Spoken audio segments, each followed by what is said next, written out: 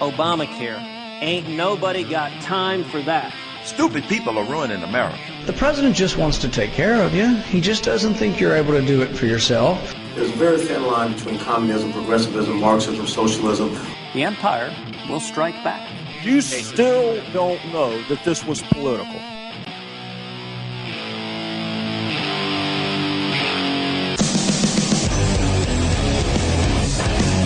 Hello, everybody. Welcome to another episode of America Our Way. I am your host, Dustin Hoyt.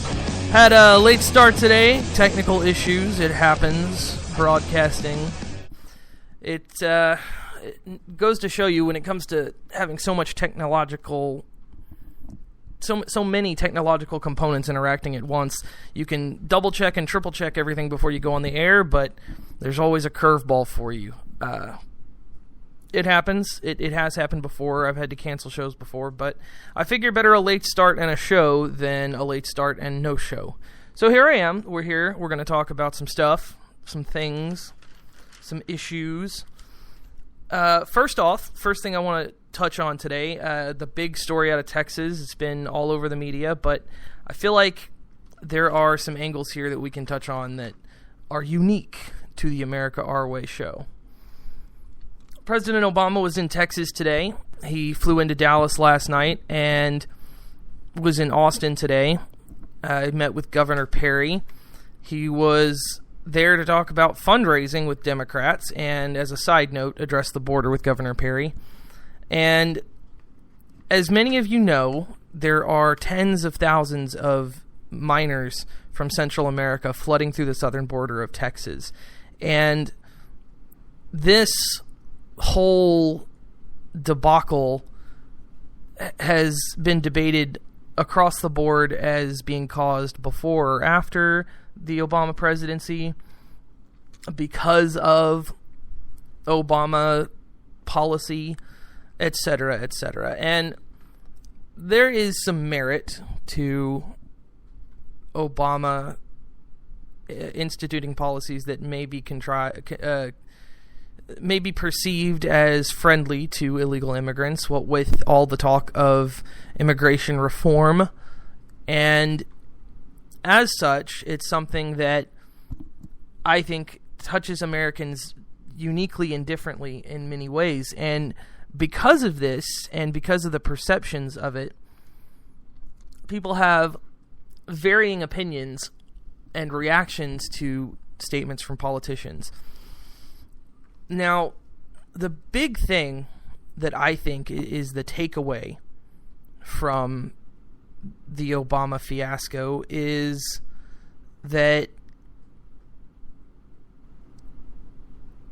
the way this is handled in the political sphere is going to have serious repercussions one way or the other for both parties. And I think that the only way to really look at it politically is to look at what's being said on both sides. Now, for those of you who aren't aware, the Democrat position is we got to help these kids, and they don't really talk about anything else. And the only thing they're saying is Republicans in the House need to pass the budget increase, the supplemental, is the political word for it, of $3.7 billion that President Obama is asking for. And in this little request that Obama has put forth, he's asked for massive amounts of money to house, clothe, and feed the illegal miners that are coming across the border. And he's also asked for increased funding for immigration judges and lawyers so that the hearings that you have to have before a miner is sent back can be pushed through relatively quickly. Now, the problem with this is that, A, he's asking for a Republican House to pass a budget. And the big immigration issue for House Republicans is securing the border. And this is most readily observed in Republican states bordering Mexico. Now, if you've paid any attention to Texas politics, and I know many of you have not, many of you have not, the big issue across the board for Republicans is securing the border. And it's when you're going through a Republican primary in Texas, it's who's more conservative than who. How far to the right can you go? And that highlights politics in Texas, is how conservative can you be? Even the Democrats would be considered conservative by some standards across the nation, which is as it should be, because the population of Texas is more conservative. Even the Democrats in Texas tend to be more conservative than Democrats in other states. But when you look at the Republicans in the House, they do not want to pass a single bill to provide funds to help the children that are coming across the border until the border is secure, because they believe, and not without reason, that if they were to pass this supplemental and give the Obama administration the money to assist and take care of these kids, that it'll just spur more of them to come across the border. It'll just be more children flooding in, more people flooding in general. And there's been massive protests all over the nation. In California, Marietta, California, you had citizens that blocked buses from going to the immigration center there, the compound there. And you've got people saying, you know, military installations are not meant to house kids. And you've got a wide spectrum of responses to what should be done with the kids. Now, the main conservative refrain that seems to be winning out is send them home. They entered illegally, send them home. Put them on airplanes and send them back to where they came from. Some people have even said just let them go on the border and say, you know, you got here, you can get home. And I think that if we look at why this happened and how the Democrats are going to handle it, this is a very, very poor strategy for conservatives. And I know that a lot of people have animosity towards illegal immigrants. And that's not to say that it's unwarranted in some aspects. I mean, most Americans have this notion that they'll come in and they'll automatically be put on welfare programs and become wards of the state, and it'll just suck taxpayers dry. And there is something to that. But the vast majority of illegals that you meet out and about, and I live in Texas, so it's not something I'm ignorant on. I've known plenty of illegal immigrants, and I actually told when I was in college, I worked at a restaurant, and I waited tables for years. And anybody who's worked in the restaurant industry can tell you that illegal immigrants tend to work in restaurants. It's always, the stereotype is landscaping and restaurants. And that's true. And more often than not, the kitchen is predominantly Spanish speaking in most cases, legal or illegal.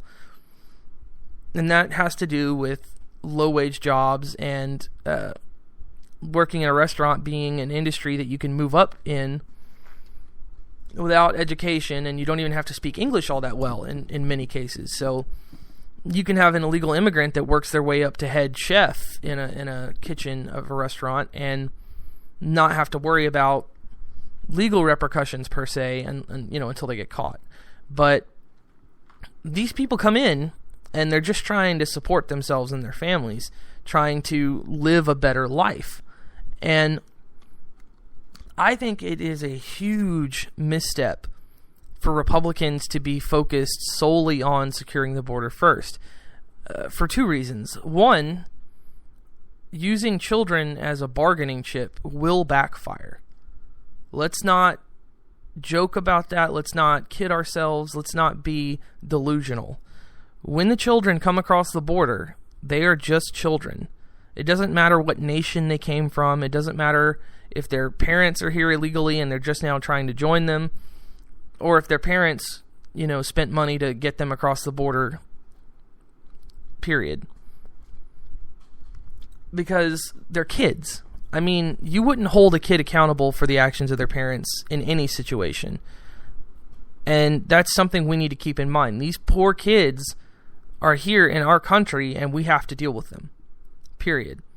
And if we just booked a flight and sent them back, could be that they were living on the streets back home, could be that their families aren't back home, that they're here in America, and they won't have anywhere to go. So we'll send them to these incredibly impoverished countries that are fully corrupt, some of them being murder capitals of the world, some of them being prime sites for children trafficking, sex trafficking, indentured servitude in some cases. And when we send them back, they're going to be thrown into these situations. I mean, when you look at refugee camps, they live solely on the generosity of people. More often than not, it's forced through governments, but you also have lots of charity organizations that do what they can to keep these people fed, clothed, housed, etc. And with these immigrants, it's no different. When you've got tens of thousands of them coming across the border, trying to get a better life here in America, you can't really discount the reason they came here. Because if you start saying, you know, they came illegally, they broke the law, period, it's a prime weak argument. I mean, it's one of these things where, yeah, it's not morally sound to some people because they broke the law, and other people will just have an animosity, period, because they're afraid that they'll all vote Democrat because the Latino vote is majority Democrat despite not being aligned with Democrat principles. And so it becomes this cocktail of moral righteousness that I think is misplaced and a fear of how people will vote. And anytime you get yourself in a situation where those are your two main criticisms and there's substance to those criticisms, you find yourself in a leaky boat in the middle of a large body of water. And so it's been interesting to watch this story develop because you've got people like Glenn Beck who are actually catching serious criticism from very conservative people for sending teddy bears to these children. And he was defending himself on his show today, and I listened briefly, and it's a little disgusting and disturbing that a generous, wealthy person can face such harsh criticism for simply trying to help children in need. I mean, we wouldn't criticize people for sending teddy bears or food or clothes to refugees in any other country. We would applaud that. But refugees in our country, I mean, if you want to call them that, I would say that the mass exodus from these countries and knowing about the countries they come from, I would say refugee is not a bad term. These people came across the border because they want a better life. Period. Now, it's pretty bad that they're children because these kids can't exactly go get jobs and they don't have houses or adults to pay for them, and so they don't fit in with the American dynamic. They don't have a place in society per se where they can go and grab a job and support themselves. And a lot of them are way too young. Some of them are in diapers. And, you know, that's really unfortunate. But I don't really think that sending them back is an option because of the consequences of sending them back. And now bear with me, folks. I think that if we send them back, we're opening up these kids to human traffickers, to forced slavery, to child sexual slaves, child porn, murder, all sorts of stuff. And I think that if we look at this closer and if we really think about it morally, what we ought to do, you come to two choices. Either you're the type of person that wants to help someone in need, someone who just wants a better shot at life and isn't asking for anything but an opportunity, or You don't care what that person wants or what that person needs or what will happen to them if you refuse, and you just want them to be not your problem. Well, that's not how it works here in America. If you look at the way we did things at Ellis Island, sure, we registered them all and gave them citizenship and brought them in, but more often than not, it was people coming from Europe, Italy, and Ireland who just weren't making it on their own, and they knew there was opportunity here. They knew there was freedom to succeed here. I mean, look at all of the Irish that came over during the potato famine, and you had people putting signs up saying Irish need not apply, and they were treated just as poorly as black people were post-slavery, pre-civil rights movement. I mean, Chinese immigrants and Irish immigrants built the railroads right alongside the freed slaves. That's, my ancestors' blood out there on those tracks, just like so many African Americans or Chinese Americans. And while they were treated badly, they were at least given the opportunity to come in and work. Now, people say that because they came in illegally, we should automatically throw them out. And this is the whole argument behind immigration reform. The real argument, not the Democrat argument where there's a large swath of amnesty that cuts through and open borders and all that, but there is some merit to allowing people to immigrate into our system and just be given a paper to come in and get a job. I would even go as far as to say that companies could recruit low-skilled workers for manufacturing jobs and stuff like that. Now, the problem is that in our country, you do not have the opportunity to market yourself at a lower wage. Because of minimum wage laws, because of housing laws and public laws in cities and stuff that prevent people from, living under a bridge for a while or living in their car, or national laws that keep people from selling their work for low wages, you run into this situation where people want to come here and want an opportunity but can't get it. They can't just go to McDonald's and get a job because they don't speak English or they're not old enough. And I think that this just highlights the problem with what we've allowed the Democrats to do, is that while it is the right thing to help these people, and while it is a good thing to let them into the country morally, it is a bad thing because of what the Democrats have done and the progressives have done to our system. Because what would be so wrong with an immigrant family coming in where the mom sells tamales out of a van or a cooler, and the son and the dad buy a lawnmower and mow lawns or weed gardens or paint fences in houses, and they sell their labor for cheap?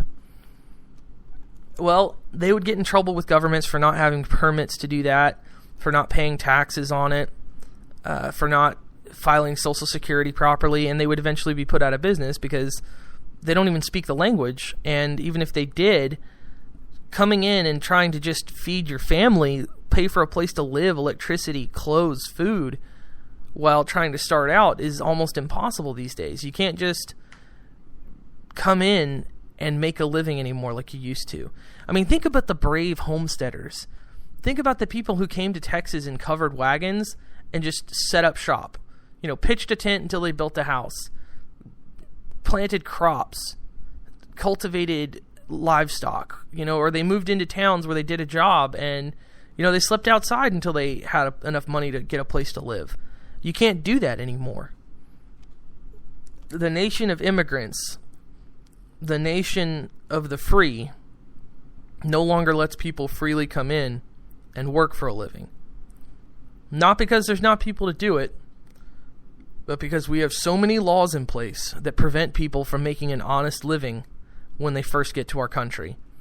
Nowadays, you have to have a degree in engineering or computing or some other field that's focused and that an American can't do. It's, I think, a great argument to make that the reason these people can't come here and make it is because of the policies the Democrats are pushing. But you don't ever hear that argument made. This is the perfect opportunity to show why minimum wage laws don't work. Because these people can't come here and make a living. They can't come here and make it. They can't come here to America and find that opportunity anymore. And when they do, it's usually punishable by fines and sometimes prison time and even deportation. Now, that's not to say that we should just allow everyone in willy-nilly. I totally agree. Registering them and knowing where they're going is not a bad thing, especially when you look at how many criminals cross the border. We had a story today about a guy who'd been deported twice in the news here in Central Texas. He's sentenced to like 60 years in prison. He's not going to get out till he's 100 if he ever gets out, for molesting a child. And he was an illegal immigrant. And you have killings all the time by illegal immigrants, and rapes and thefts and stuff like that. But that's true for everybody, and especially the impoverished, is because they just don't have an opportunity to do anything. Now, that's not to defend the criminals, but in many cases, when you have someone stealing, it's because they don't have the money to make it. And I think, personally, I believe that you would see a lot less crime if you removed minimum wage laws, if you removed child labor laws, and just let people try to make a living. Just let people try and make it. Set them up for success. Set them up to start businesses and create jobs. And quite frankly, as far as the political argument goes, that, oh no, they'll all vote Democrat and we'll all lose forever. If you can't win people over to vote for your ideas must not be that good. Or you're not that good at explaining them. Anybody who has studied economics and learned a thing or two knows that fiscal conservatism, surviving on your own, is the only way to go. The only people that have a problem with capitalism are the people who think that they should be given something because it's there. They think that they deserve it because it exists. And that's the only scenario you get where a leftist has a philosophical leg to stand on. But when you look at how we treat welfare, how we treat SNAP, how we treat the impoverished in our country, we set them up to fail. And I think Benjamin Carson, the world-renowned neurosurgeon, explains it best when he talks about his personal story. His mom saw that when people got on welfare, they never got off, and so she refused to do it. And she refused to let her kids stagnate, made them read books, made them write book reports once a week or something. And, that mentality spread to people they knew. And so you ended up with a whole block or apartment building, if you will, of people that became successful. And people seem to forget there was an entire generation of Americans that saw that success. People came in with $2 in their pocket and were able to make it. They were able to come to this country with hardly any money to their name and make something of themselves. I mean, look at the Texas Secretary of State, Nandita Berry. Now, while I think her husband is a raving moron, she came to this country with $150 or something to her name, and now she's the Secretary of State of Texas. I mean, you can't discount her or her experience when you see what she accomplished. I mean, she's a testament to what can happen in America if you're given a chance. Now, granted, she succeeded in our problematic system, but that's not true for everyone, and it's not true for the amount of people it used to be true for. Now, you have a massive swath of people that can't make it anymore. They can't do it. The system is set up to where the middle class perpetuates itself, and that's fine. Americans looking out for themselves is fine, But the problem is we pass laws that make it impossible for anybody to join the middle class in many cases. And I don't think the way to fix that is with more welfare or with more handout programs or free education or anything like that, or pushing the college envelope further. The problem is that we don't give people the opportunity to do the menial jobs to make the money to start their business. We don't give people the opportunity to sell their wages lower, sell their work lower than a certain number, so they can't undercut people for jobs. Now that undercut sounds like a bad word, but it's really not, because if you look at a job, if you look at, let's just say you want to get a job at a plant. Let's say you want to go work at a refinery. And the job doesn't really require people skills. You don't even have to speak English. Let's say you're a janitor. You're just going to sweep up, clean out trash cans at a plant. Let's just use that for an example. And you can't get that job because you don't speak English. Well, more often than not,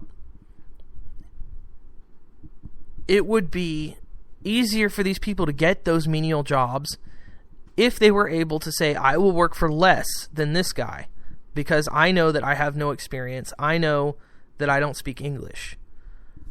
And we've removed that from our economy. We've removed the idea that somebody uneducated, somebody unexperienced can sell their wages for a lower price, can sell their labor for a lower price. And because of that, we've created this system that makes these illegals a burden. We did it, not them. When they came to this country, they came for opportunity, and we've taken that out of our economy. If that was still there, these people wouldn't be a problem. They'd be welcome. Because a massive influx of immigrants who are disadvantaged in education, in language, in skills, those people would work for lower wages. We could get cheaper goods and services. And it would be across the board. Everything would get cheaper if we remove these laws. But since we have them, now we have the situation where the people here don't have opportunities. And so immigrants, when they come in, at severe disadvantages to people who at least graduated high school and speak the language. And so those people will get the jobs more often than not. Whether or not they're good at it, or whether or not they're eager workers, doesn't matter. These other people can't even fight for the job because they're clearly disadvantaged compared to the other people, and they have no way to compensate for that, which would be offering lower wages. Now, it's funny because statistics show, study shows, research shows that male executives are more likely to bargain for their wages than female executives. And that's why more often than not, at a company, you could have a man and a woman working the same job, but the man will negotiate his salary higher. He's not afraid to do that. And a lot of people say that's because men are still predominantly the breadwinners in families, and so that kind of brought it out, if you will. But I think it's important to note that we've got not only a gender that disproportionately does this, but our society, our people as a whole, individuals in America, don't even understand the concept of negotiation anymore. I mean, I've told this before. I've told this story before, but I'll tell it again. When I was living overseas as a young guy, a young kid, you haggled for prices in the Middle East. So I could go and I could try and buy video games or DVDs or Pokemon cards or whatever I was into at the time, and they would say, okay, give me 50 reals, and I'm like, ha, let's try 20. And we would negotiate a price, we settle on 30.